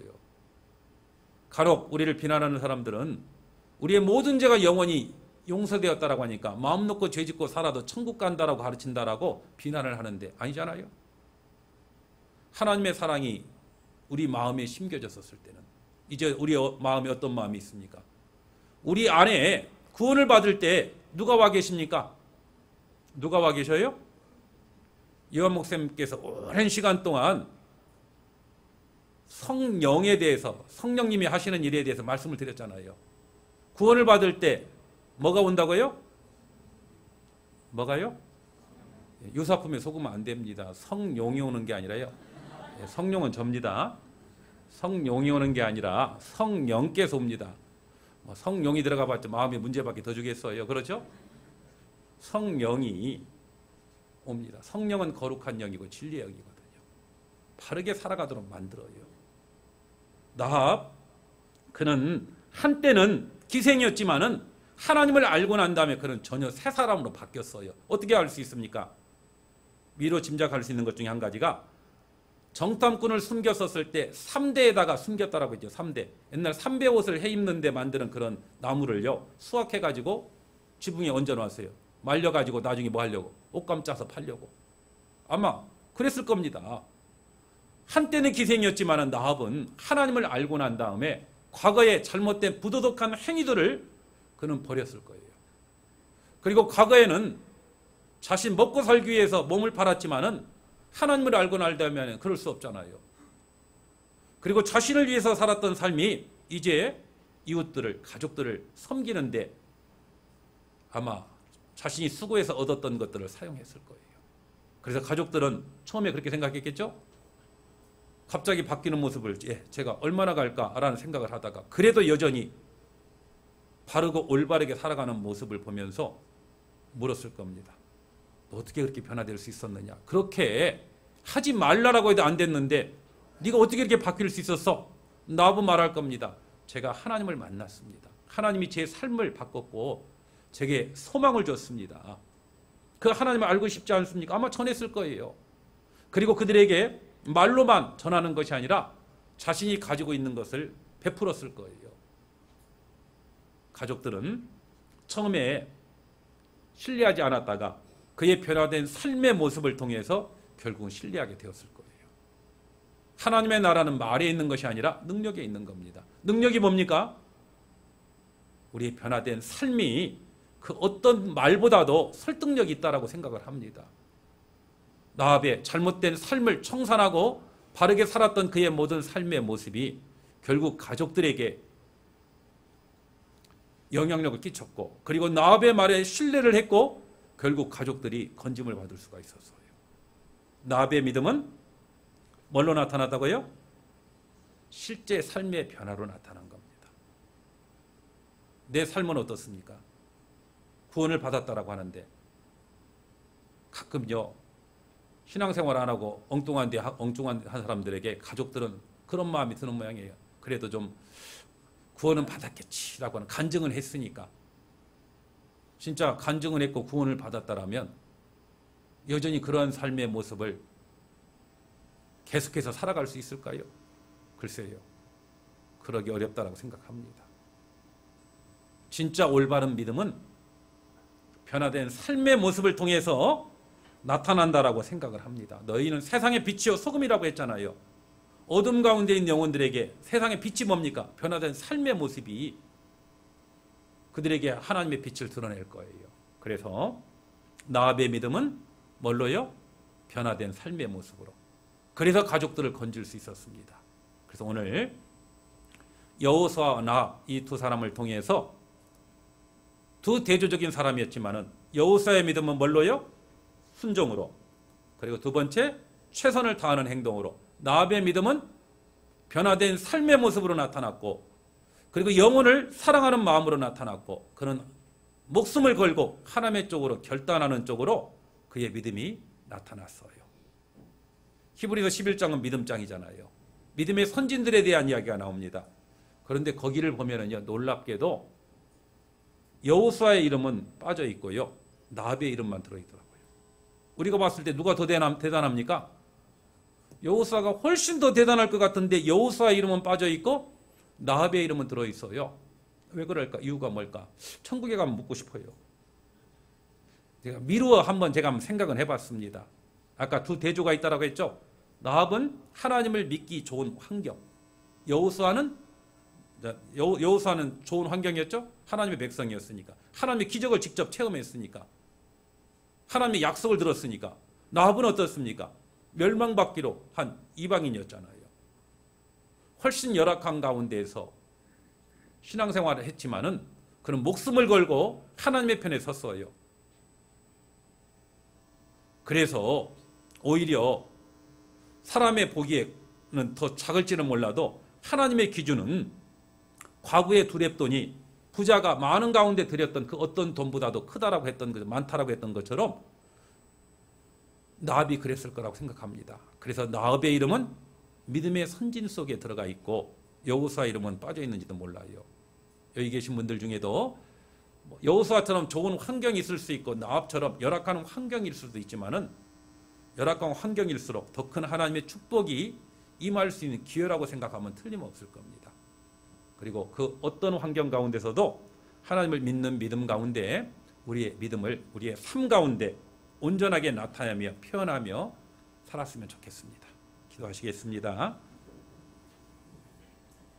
하나님 감사합니다. 오늘 여호수아와 나압을 통해서 믿음을 가진 사람은 어떤 삶을 살아야 될지, 그의 믿음이 어떻게 삶 가운데 나타나야 될지를 같이 생각했습니다. 여호수아처럼 하나님의 말씀에 순종하고 최선을 다할 수 있도록 나압처럼 변화된 삶과 영혼을 건지는 마음을 가지고 그리고 하나님의 편에 결단하는 그런 신앙을 가지고 살아갈 수 있는 우리가 되도록 도와주옵소서. 주님 앞에 가는 그날까지 온전히 주님을 기쁘시게 하다 주님 앞에 설 수 있는 우리가 되도록 도와주옵소서. 우리를 사랑하시고 우리를 구원해 주신 예수님 이름으로 기도드립니다. 아멘.